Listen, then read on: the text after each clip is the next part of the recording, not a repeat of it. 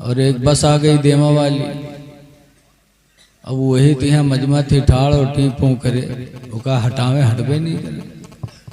तो एक आदमी कह रहे छोड़ो हटाओ यार, उमा नौवे बहना तो है, वो मनी है ना। बताओ नौवा बहना कह के कौम पर कितना बड़ा जख्म पहुंचाया। बिरादरी की बुनियाद पर किसी को गिरी निगाह से न देखा जाए। अल्लाह अल्लाह। ऐ ईमान वालो, तुम में कोई किसी किसी कौम को गिरी निगाह से न देखे, हो सकता है वही उससे बेहतर हो। क्या बात है, क्या बात। वला निसाउम मिन निसा, और कोई औरत किसी औरत को गिरी निगाह से न देखे। होता है औरतों में भी, बढ़िया कपड़ा पहन लिए तो दूसरी औरत का गिरी निगाह से देखी, जेवर पा गई तो गरीब औरत को गिरी निगाह से देखती। अल्लाह फरमाता है वला निसाउम मिन निसा, कोई औरत किसी औरत को गिरी निगाह से न देखे। असा अन यकुन्ना खैरम मिनहुन्ना, हो सकता है वही औरत उससे बेहतर हो जिसको वो गिरी निगाह से देख रही है। अल्लाह अल्लाह। अल्लाह के नजदीक कौन प्यारा है किसी को कुछ पता नहीं। हुजूर इसी चीज को मिटाने के लिए आए थे, इसीलिए हुजूर इरशाद फरमाते हैं, ये तो कुरान की आयत है। हुजूर फरमाते हैं सिलमन कता का, उससे रिश्ता जोड़ो जो तुमसे रिश्ता तोड़े। वाफ़ु अम्मन ज़लम का, और उसे माफ कर दो जो तुम पर जुल्म ढाए। जो हदीस में कहने जा रहा था वो हदीस के बजाय दूसरी हदीस निकली। जो मैं कहना चाहता था इस आयत के ताल्लुक से, वो हुजूर फरमाते मल्लम यरहम सगीरना, जो अपने से कम पर कमजोर पर रहम नहीं करेगा, वलम युक्किर कबीरना, और अपने से बड़े की ताजीम नहीं करेगा, फलैसा मिन्ना, तो उसका रिश्ता हमसे नहीं है। अल्लाह अल्लाह अल्लाह। अपने से छोटों पे रहम करो, अपने से बड़ों की ताजीम करो। हुजूर फरमाते हैं तभी तुम्हारा रिश्ता हमसे मजबूत होगा। तो भाईचारगी बनाओ। इसीलिए एक मौके पर हुजूर ने फरमाया, अन अबी हुरैरा क़ाला क़ाला रसूलुल्लाह सल्लल्लाहु अलैहि वसल्लम, हजरत अबू हुरैरा से रवायत है, फरमाते अल्लाह के रसूल ने इरशाद फरमाया, ला तहस्ससू, किसी को ऐब न लगाओ, वला तजस्ससू, और किसी के अंदर ऐब तलाश न करो, न ऐब लगाओ न ऐब ढूंढो। वला तहासुदू, और हसद न करो, वला तबागुदू, और आपस में बुग़्ज़ न करो, वकूनू इबादल्लाहि इख़वाना, और अल्लाह के बंदो आपस में भाई भाई हो जाओ। हाय हाय हाय, सुभान अल्लाह। अल्लाह के बंदे हो तो भाई भाई बन के रहो, हसद न करो, किसी से बुग़्ज़ न करो। लेकिन आज ये सुनावे वाले नहीं से लोग हसद करते हैं। अल्लाह अल्लाह अल्लाह। आज जितनी हसद मौलवियन से लोग करत हैं उतना दूसरे लोगों से नहीं करते। अगर कोनो मौलवी बढ़िया कपड़ा पहन ले, मोटरसाइकिल पर बैठ गया, तो का कहीं लागत है कि हाथ में मदरसा की रसीद आएगी, कौन मार चंदा कह के जमा कर ली। हसद न करो। हसद करने वाला कभी सरसब्ज नहीं होता। हक है, हक है। इसीलिए अल्लाह ताला ने अपने नबी से फरमाया, मिन शर्रि हासिदिन इज़ा हसद, और ऐ नबी तुम अपने रब की पनाह मांगो हसद करने वाले के हसद से। अल्लाह अल्लाह अल्लाह। हसद बहुत बुरी चीज होती है। भाईचारगी बना के रखो। मैंने हासिदीन को बहुत सुना, बहुत देखा, खास तौर से मौलवियों के हासिद। आज जहां बैठे हैं तो फलाने मौलवी ऐसे हैं, धमाके हाफिज जी ऐसे हैं, तबसरा ना करो उन पर। तुम दीन किससे हासिल करोगे? मौलवियों पर तबसरा करोगे तो दीन किससे हासिल करोगे? मंत्री जी से कि प्रधान जी से पूछो जो वजू में कई फर्ज, मौलवी ही से दीन सीखोगे। कुरान करीम की आयत नाजिल हुई, मा काना मुहम्मदुन अबा अहदिम मिर रिजालिकुम, मोहम्मद तुम मर्दों में से किसी के बाप नहीं, वलाकिन रसूलुल्लाह, लेकिन अल्लाह के रसूल हैं, व खातमन नबिय्यीन, और नबियों में आखिरी नबी हैं। सुभान अल्लाह, सुभान अल्लाह। साहबे किराम ने सुना तो पूछा, अल्लाह के रसूल आप आखिरी नबी हैं, आपके बाद कोई नबी नहीं आएगा? कहा नबी नहीं आएगा तो आपके बाद हम लोग दीन किससे सीखेंगे? तो हुजूर ने फरमाया था कि मेरे बाद कोई नबी नहीं आएगा, लेकिन मेरे उम्मत के जो उलमा होंगे उनसे तुम्हें दीन की दावत मिलती रहेगी। वाह वाह वाह वाह, सुभान अल्लाह। तो कोई नबी नहीं आएगा, अब दीन हमें मिलना है आलिमों ही से। इसलिए अपने इमाम से मोहब्बत करो, अपने मदरसे के उस्ताद से मोहब्बत करो, और अपने बच्चों को ये तालीम दो कि जा रहे हो तो अपने उस्ताद की खिदमत करना। माशाअल्लाह, माशाअल्लाह। ये तरबियत दिया करो कि उस्ताद की खिदमत करना। हारून एक बादशाह गुजरे हैं, उनके दो लड़के थे, अमीन मामून। इमाम मोहम्मद अली रामा का बगदाद में मदरसा चलता था,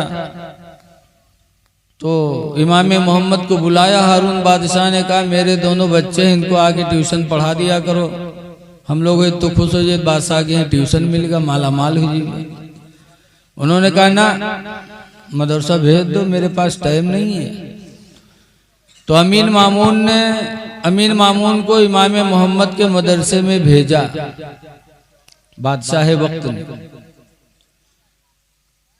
हफ्ता दो हफ्ता के बाद हारून रशीद घोड़े पर बैठे और इमाम मोहम्मद के मदरसे में गए कि देखें मेरे बच्चे पढ़ते हैं कि खेलते हैं। जब वहां गए तो देखा कि इमाम मोहम्मद वजू बना रहे थे और अपना पैर धुल रहे थे, और हारून बादशाह का लड़का लोटा लिए टोटी से पानी डाल रहा था और वो पैर धुल रहे थे। तो हारून उतरे घोड़े से और जिस कोड़े से घोड़े को मारते थे उसी कोड़े से अपने बच्चे को मारने लगे।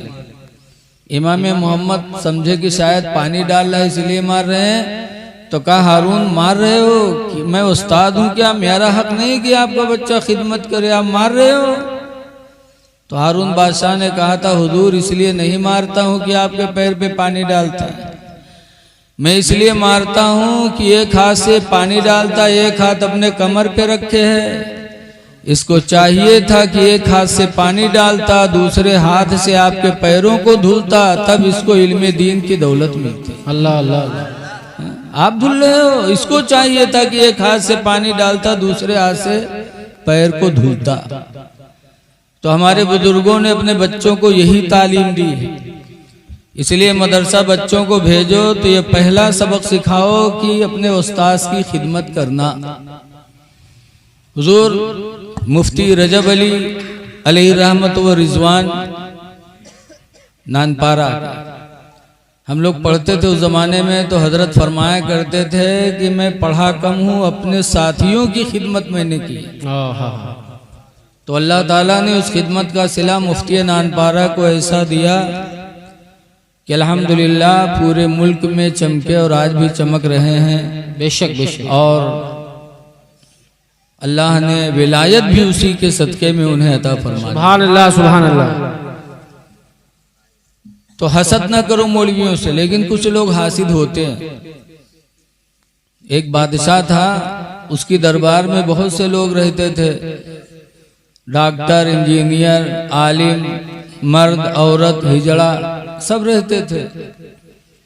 मौलाना साहब भी रहते थे। मौलाना साहब कुर्सी बैठे रहते थे, कोई मसला होता था बता देते, और जब जाने लगते बादशाह 10, 11, 21 देता, मौलाना की जिंदगी करती।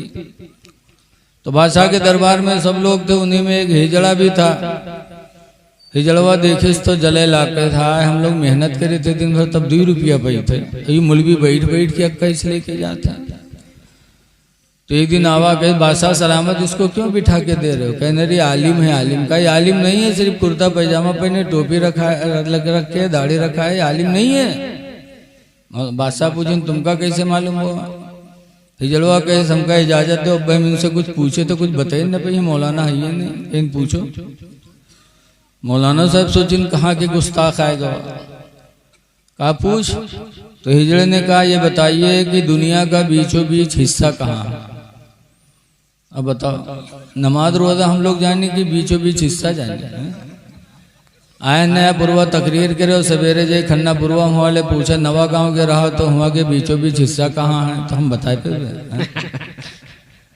यही कहे कि हम तकरीर करे के रहन कि वहाँ फिता लेके नापे के रहन। और मौलाना से पूरी दुनिया का बीचों बीच हिस्सा।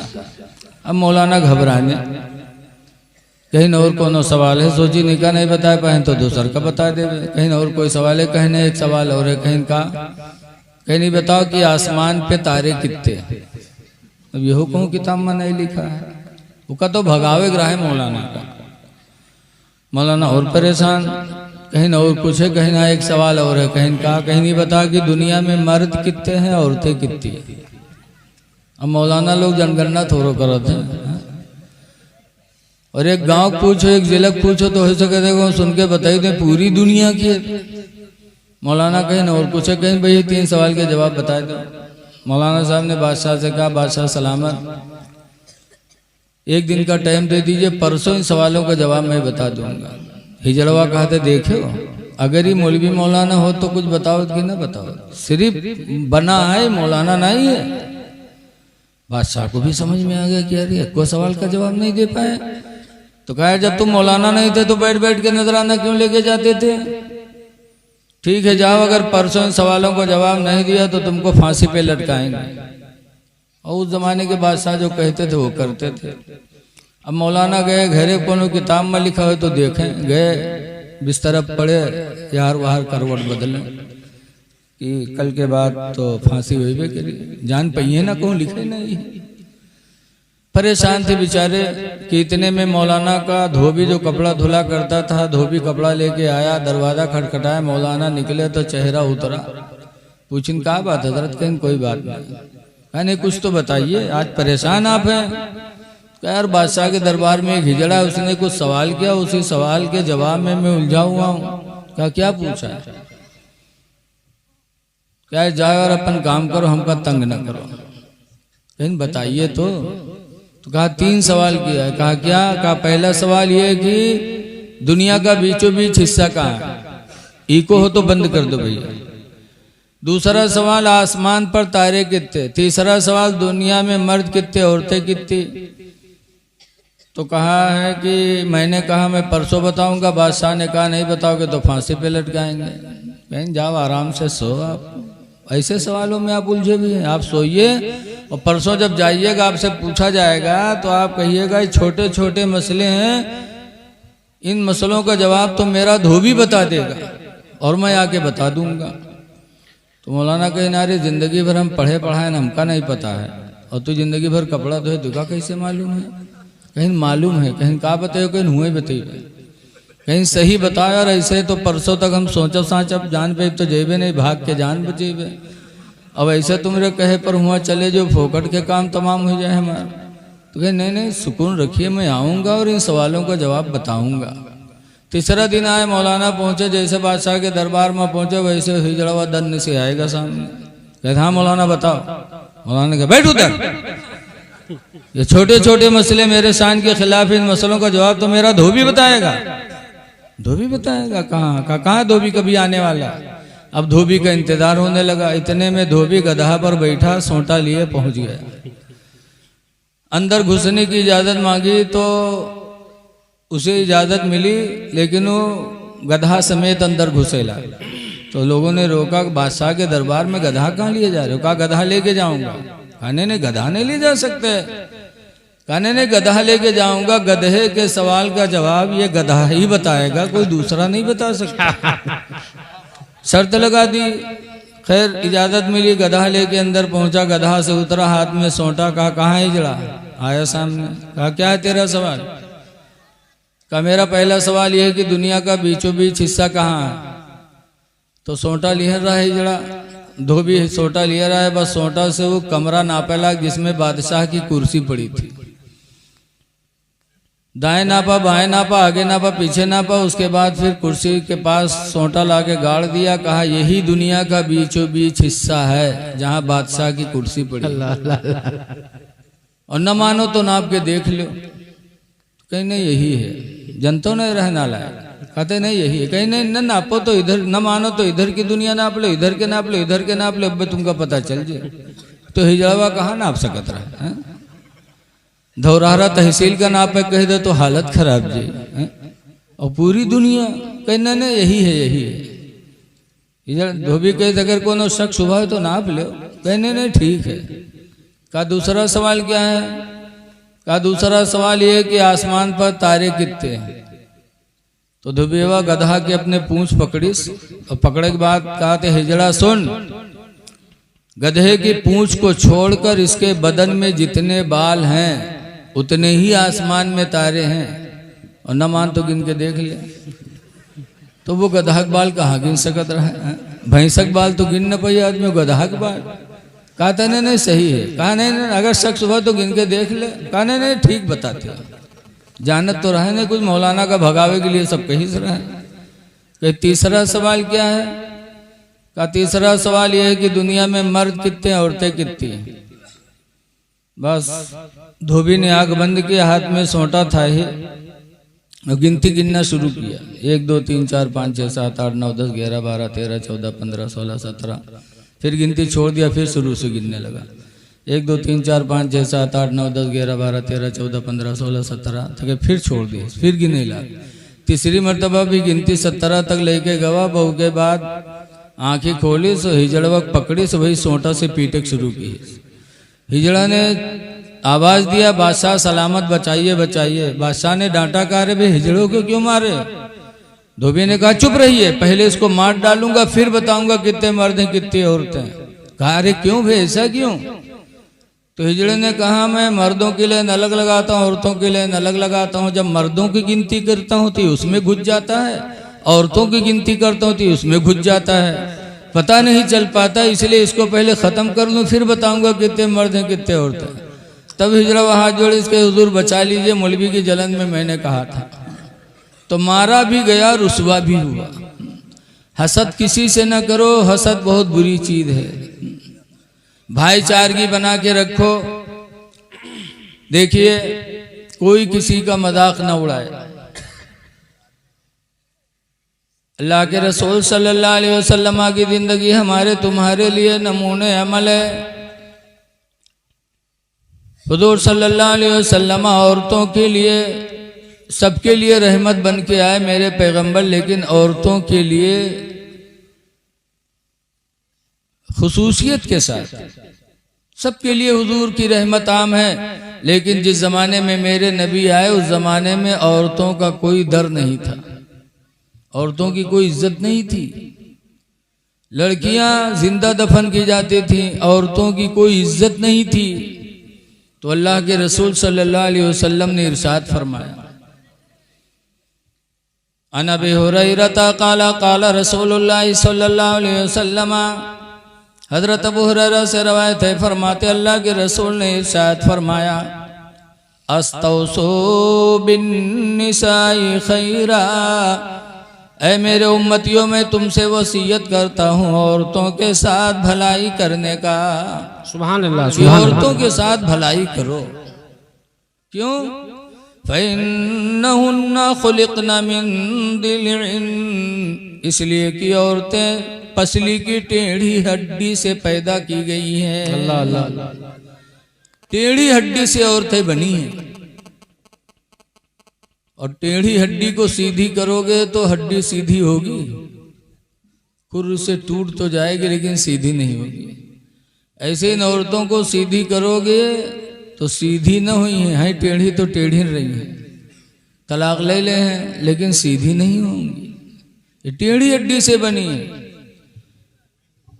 हम और आप जानते हैं, सुनते रहते हैं कि हमारे तुम्हारे बाप आदम अलैहिस्सलाम जन्नत में थे तो गमगीन रहते थे। अल्लाह ने फरमाया आदम मेरी जन्नत में कोई कमी है? आदम अलैहिस्सलाम ने फरमाया परवरदिगार जन्नत में सब कुछ है लेकिन एक चीज नहीं। कहा क्या? कहे जन्नत में मेरी कोई बीवी नहीं है, अगर जन्नत में मेरी बीवी होती तो ये जन्नत मुझे अच्छी लगती। बगैर बीवी के आदम अलैहिस्सलाम को जन्नत अच्छी न लगी तो हमका तुमका ये खड़िहर घर बगैर बीवी की अच्छी लगेगी? हम उन्हीं की औलाद हैं। आदम की हसरत अल्लाह को पसंद आई तो आदम अलैहिस्सलाम को अल्लाह ने नींद दे दी। आदम सो गए। ए बच्चे आगे बैठ के बोली हर तो कैसे काम चल। आदम अलैहिस्सलाम को नींद आ गई। जब नींद आई तो उनकी बाईं पसली की एक हड्डी निकालकर उस हड्डी से अल्लाह ने फरमाया कुन हो जा, तो हजरत हव्वा बन के तैयार हो गई। कह दो सुभान अल्लाह। अल्लाह कादिर मुतल्ला के फरमाया हो जा तो वो हड्डी आदम अलैहिस्सलाम की बीवी हव्वा बन के तैयार हो गई। वाह वाह वाह। तो टेढ़ी हड्डी से हव्वा बनी।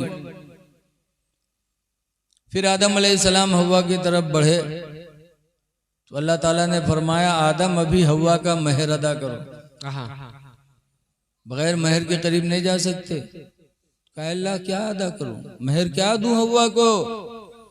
तो अल्लाह ताला ने फरमाया था आदम आखिरी जमाने में मेरे एक महबूब पैदा होंगे मोहम्मद सल्लल्लाहु अलैहि वसल्लम, तुम उन पर 10 मर्तबा दरूदो सलाम पढ़ दो, तुम्हारा महर अदा हो जाए। वाह वाह वाह वाह। नारे तकबीर, नारे रिसालत, मसलके आला हजरत, शाने मुस्तफा, मजहब इस्लाम, जश्ने गौसुल वरा, मुफ्ती रफीक आलम साहब किबला खन्नापुरी। वाह वाह सुभान अल्लाह। आदम अलैहिस्सलाम ने जन्नत में दरूदो सलाम मेरे नबी पर पढ़ा, उनका महर अदा हो गया। वाह वाह वाह। अच्छा ये बताओ आदम हम सबके बाप है ना? बेशक बेशक। सुन्नी वहाबी सबके बाप है ना? कि वहाबिन के कोई अलग बप्पा है? हुजूर ने फरमाया है कि माँ बाप की नाफरमान औलाद पर जन्नत हराम है। जरा तवज्जो से सुनो यार। हुजूर ने फरमाया माँ बाप की नाफरमान औलाद पर जन्नत क्या, जन्नत की बू भी हराम है। जो औलाद अपने माँ बाप की नाफरमानी करेगा वो औलाद पर जन्नत की खुशबू भी हराम कर दी गई। तो आदम सबके अब्बा हैं।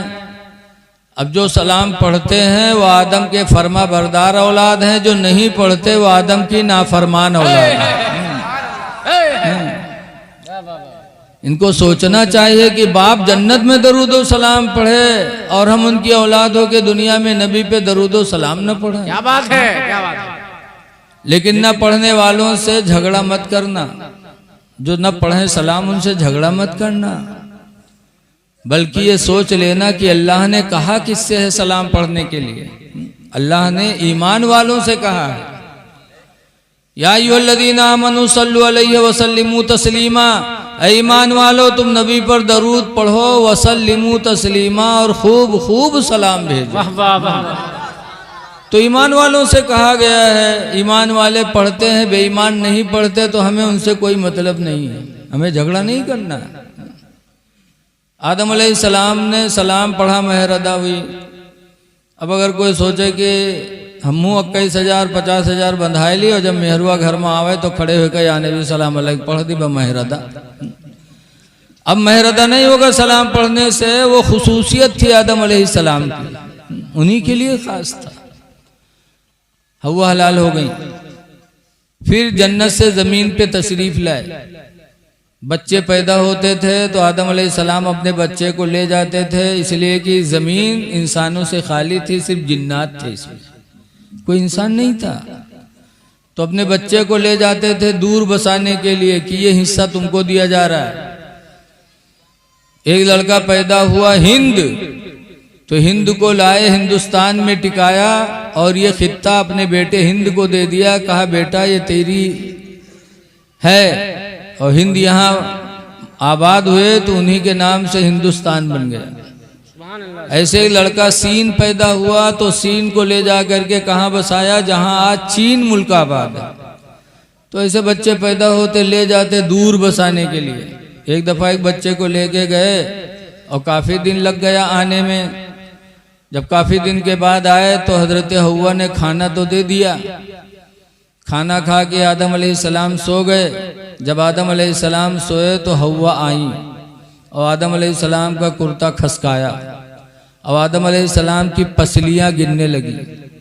1 2 3 4 5। तो आदम अलैहिस्सलाम की आंख खुली। पूछा हव्वा क्या कर रही है? कहा पसलियों की गिनती कर रही हूं। कहा क्यों? कहा आपकी आप बहुत दिन के बाद आए हो तो हमको लगा कि एक पसली की हड्डी से हम बनी हैं, कोई एक का हड्डी और तो नहीं निकल गए जहां इतने दिन रुके रहे। हमको खतरा लगा कि शायद एक को हड्डी और निकाल ली गई है, कोई दूसरी बीवी आपकी तो नहीं कहीं बन गई जहां इतने दिन आप ठहरे रहे। तफसीर में आता है आज औरतें जो अपने शौहरों पर शक करती हैं ना, अगर आदमी चला जाए कोनो काम से और रात में कहूँ 11-12 बज जाए तब आवे और दरवाजा खटखटाए खोलो, कहीं को आओ, कहा अरे हम हो रे खोल, कहीं कहाँ रहे हो इतने दिन तक, इतने देर तक कहाँ रहे हो, जाओ हुए जाओ फलानिया खुआ जहाँ तुम रहे हो इतनी देर, दरवाजा ना खोलिया। ये आजकल की औरतें जो अपने शौहरों पर शक करती हैं ये हजरत हव्वा की देन है। उन्होंने भी शक किया था। तो हजरत हव्वा टेढ़ी पसली से बनी है, इसीलिए हुजूर फरमाते हैं ऐ लोगों मैं तुमसे औरतों के साथ भलाई की वसीयत करता हूँ कि औरतों पर भलाई करो, इसलिए कि ये टेढ़ी हड्डी से बनी है, ये टेढ़ी ही रहेंगी। इन पर जुल्म न करो, इनको तंग न करो। इसीलिए अल्लाह के रसूल सल्लल्लाहु अलैहि वसल्लम की बीवी हजरत आयशा रदियल्लाहु अन्हा कहती हैं कि हुजूर जब आखिरी टाइम पर बीमार हुए, जिस बीमारी में हुजूर का इंतकाल हुआ, उस बीमारी में हजरत आयशा कहती हैं कि मेरे हुजरे में थे। हुजूर की 11 बीवियां थी ना, सबके हुजरे अलग अलग बने थे, पक्के नहीं थे। खजूर के पत्तों के झोपड़े थे अलग अलग, जिसमें सरकार की बीवियां रहती थी। ऐ मेरी माँ बहनों तुम अपने नसीब पे नाज करो, आज तुम झोपड़ों में नहीं रहती हो, हमारी तुम्हारी माँ झोपड़ों में रहती थी, लेकिन फिर भी झोपड़ों में रहकर उनका दर्जा कितना बुलंद था। अल्लाह ताला ने कुरान करीम में फरमाया या निसा नबी, ऐ नबी की औरतों लस्तुन्ना काहदिम मिनन निसा, तुम्हारी तरह दुनिया की कोई औरत हरगिज हरगिज नहीं हो सकती। हाय हाय हाय। झोपड़ों में थी लेकिन उनकी फजीलत पूरी दुनिया पर है, उनकी तरह कोई औरत नहीं हो सकती। आज हमारी माँ बहनों को खुदा का शुक्र अदा करना चाहिए कि आज झोपड़ों में नहीं है, पक्के पक्के महलों में। सुभान अल्लाह सुभान अल्लाह। सरकार की बीवियों के कमरे में कोई कूलर नहीं थे, कोई पंखे नहीं थे, उस जमाने में थी नहीं बत्ती।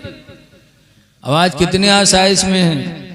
हजरत आयशा कहती हैं जब आखिरी टाइम पर हुजूर बीमार हुए तो मेरे हुजरे में थे। हजरत आयशा के रान पे सर रखे थे सरकार, सामने तसले में पानी भरा रखा था, तो सरकार तसले में हाथ डालते थे ऐसे ऐसे, और चलते चलते सरकार ने 2 चीजों की वसीयत किया था। आज नबी की मोहब्बत में हम जान मान सब कुर्बान करने वाले, आलम मोहम्मद कहने वाले, लब्बैक या रसूल अल्लाह कहने वाले, नबी से मोहब्बत है तो जरा गौर करो। कहना चाहिए, हम मना नहीं करते, लेकिन जरा गौर करो। जब सरकार का आखिरी वक्त था तो तसले में हाथ डालकर मेरे नबी ने आखिरी वसीयत क्या किया था। हज़रत आयशा सिद्दीक़ा फरमाती हैं हुज़ूर ने फरमाया था अस्सलातु वमा मलकत ऐमानुकुम, मैं तो जा रहा हूँ लेकिन 2 चीज़ों का ख्याल रखना, अस्सला नमाज, वमा मलकत ऐमानुकुम, और अपने मातहत का ख्याल रखना। नमाज न छूटने पाए और मातहत पर जुल्म न होने पाए। मातहत कौन है? बीवी, बच्चे, नौकर, जानवर, मजदूर, ये सब हमारे मातहत हैं। अल्लाह के नबी ने फरमाया था मैं तुमको वसीयत करता हूँ मेरे उम्मती, कि दो चीज़ों का ख्याल रखना, सलाह नमाज, वमा मलकत ऐमानुकुम, और अपने मातहतों का ख्याल रखना। हाय हाय हाय।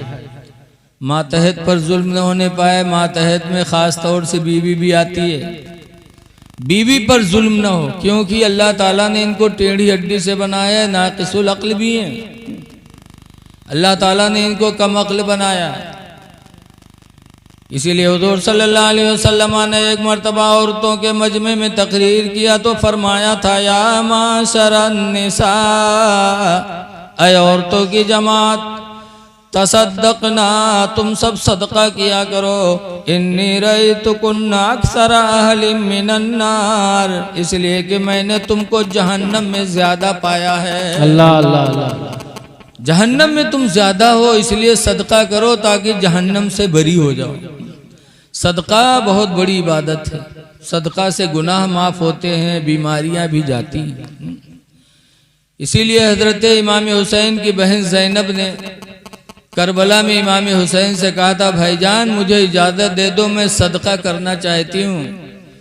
नाना रसूलुल्लाह कहा करते थे कि सदका से बलाएं जाती हैं, इससे भी बड़ी कोई बला होगी।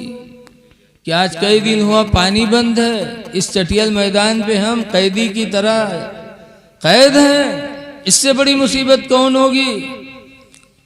भाई शहीद हो रहे हैं, साथी शहीद हो रहे हैं, भाईजान इजाज़त दे दो मैं सदका करूं। कि हुजूर ने फरमाया था, सदक़त तदफ़उल बलाया, कि सदका बलाओं को टाल देता है। अल्लाह अल्लाह अल्लाह। तो इमाम हुसैन ने कहा था, बहन ज़ैनब क्या सदका करोगी, करबला में तो पीने के लिए पानी तक नहीं है, सदका क्या करोगी।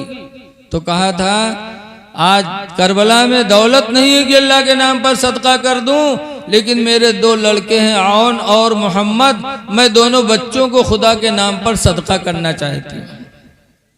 ये जहन था ज़ैनब का। सदका से बलाएं जाती हैं। सरकार ने फरमाया, और तो सदका करो इसलिए कि तुम्हारी तादाद जहन्नम में ज्यादा है। तो औरतों ने पूछा था हदीस में, कुलना व बिमा या रसूल अल्लाह, औरतों ने कहा था, अल्लाह के रसूल जहन्नम में हमारी तादाद ज्यादा क्यों है, हम ज्यादा क्यों है जहन्नम में। तो सरकार ने कुछ वजहें बताई थी। पहली वजह बताई थी, तकफुरुनल अशीरा, पहली वजह यह है कि तुम शौहरों की नाफरमानी करती हो, शौहरों की नाशुक्री करती, इसलिए तुम जहन्नम में जाओगे। इसलिए मेरी माँ बहनें अपने शौहरों की नाफरमानी न करें, नाशुक्री न करें। बहुत नाशुक्री हैं। देखा जाता है आदमी से अगर खुश हैं तो कहीं तुम तो हमारा राजा हो, तुम तो हमारे दिल के टुकड़ा हो, और तनको कुछ गड़बड़ाएगा तो कहीं मर नहीं जाते कि मुंह देखे रोजी ना हो, फौरन इस तरह की बातें कहती। तो शौहरों की नाफरमानी तुमको जहन्नम में लेके जाएगी। और दूसरे नंबर पर फरमाया था, वह तकस्सुरुनल लाना, और तुम बद्दुआएं ज्यादा करती हो, इसलिए तुमको जहन्नम में जाना पड़ेगा। हमारी माँ बहनें बद्दुआ में भी बहुत माहिर हैं। और तीसरी वजह बताई थी सरकार ने कि तुम नाक़िसुल अक्ल हो, अल्लाह ताला ने तुम्हें कम अक्ल बनाया। कम अक्ली की बुनियाद पर तुमसे गलतियां होंगी, जिसकी बुनियाद पर तुम जहन्नम में जाओगी। तो औरतें कम अक्ल हैं और टेढ़ी हड्डी से बनी हैं, इसलिए हमको इनके ऊपर तवज्जो करनी। खुश नसीब है वो औरत। मेरे आका मौला सल्लल्लाहु अलैहि वसल्लम फरमाते हैं, अलमरअतु इज़ा सल्लत खम्सहा, जो औरत 5 वक्त की नमाज अदा कर ले, वसामत शहरहा, और रमजान का रोजा रख ले, वअताअत बालहा, और अपने शौहर की फरमा बरदारी कर ले, वअहसनत फरजहा, और अपने शर्मगाह की हिफाजत कर ले। अल्लाह अल्लाह। 4 काम जो औरत कर ले, पंजगाना नमाज पढ़ ले, रमज़ान का रोज़ा रख ले, शौहर की फरमा बरदारी कर ले, और अपनी शर्मगाह को ज़िना से बचा ले, तो दूर फरमाते हैं, फलतदखुल मिन अब्वाबिल जन्नति शात, तो जन्नत के जिस दरवाजा से चाहेगी जन्नत में दाखिल हो जाएगी। ये क्यों जा रहे हैं भाई? अभी तो बहुत कुछ आपको सुनना है। आपका जाना ये बहुत नुकसानदेह है। शायद किस उलझन में आप हैं मुझे पता नहीं। बहर कैफ आपके आने जाने से जलसा गड़बड़ हो सकता है, इसलिए मैं आप हजरात से गुजारिश करता हूँ कि इन्हीं चंद बातों पर मैं अपनी तकरीर ख़त्म कर रहा हूँ। मैं नहीं चाहता कि मेरी वजह से जलसा गड़बड़ हो, इसलिए कि आपके खुसूसी मुकर्रिर अभी स्टेज पर आए नहीं जिनके लिए आप आए हैं, और आपके शायर भी स्टेज पर मौजूद हैं। मैं इन्हीं चंद बातों के साथ मैं अपनी तकरीर ख़त्म कर रहा हूँ। दुआ है कि अल्लाह ताला इस जलसे के बरकत से हम सब की तमाम जानी माली परेशानियों को दूर फरमा दे। अस्सलामु अलैकुम वरहमतुल्लाहि वबरकातुहू।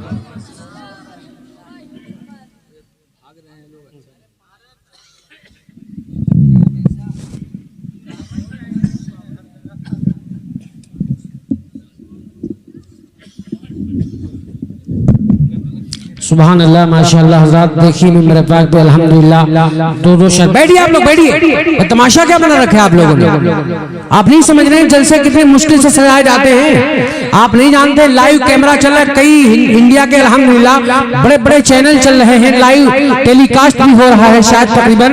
और ये स्टैंड काम करे ना करे लेकिन हम अपना काम तो कर ही रहे हैं। स्टैंड सब तो सही करिए मौलाना इरफान साहब। मैं एक बात आपको बताता हूँ, आज के दौर में जलसा कराना कितना मुश्किल होता है आप जानते हैं? जो जलसा करवाते हैं उनसे पूछिए, उनकी चप्पलें खिंच जाती हैं परमिशन लेने के लिए, न जाने कहां कहां पापल बेलने पड़ते हैं तब जाके कहीं परमिशन होता है। ये कमेटी वाले माशाल्लाह मुबारकबाद मैं आपको पेश करता हूं। आपने जो महफिल सजाई है, मेरा दिल कहता है बगदाद शरीफ से बाहर आई है, तो आपके अंदर सुस्ती क्यों छाई है? सुभान अल्लाह बोलने में क्यों देर लगाई है? याद रखो कुछ लोग होते हैं, हर महफिल में ऐसा होता है, कुछ लोग ऐसे होते हैं बिगाड़ू काम करने वाले हर जगह पाए जाते हैं। लेकिन अच्छी तकरीर चल रही थी हजरत अल्लामा मुफ्ती रफीक आलम साहब किबला खन्नापुरी की, उसमें भी कुछ लोग बिगाड़ने के लिए तैयार हैं। ऐसा लग रहा है इससे अच्छी अगर कोई महफिल हो तो हमें बताइए, हम अकेले नहीं, ये सारे मौलाना लोग साथ में हमारे चलेंगे इंशाल्लाह।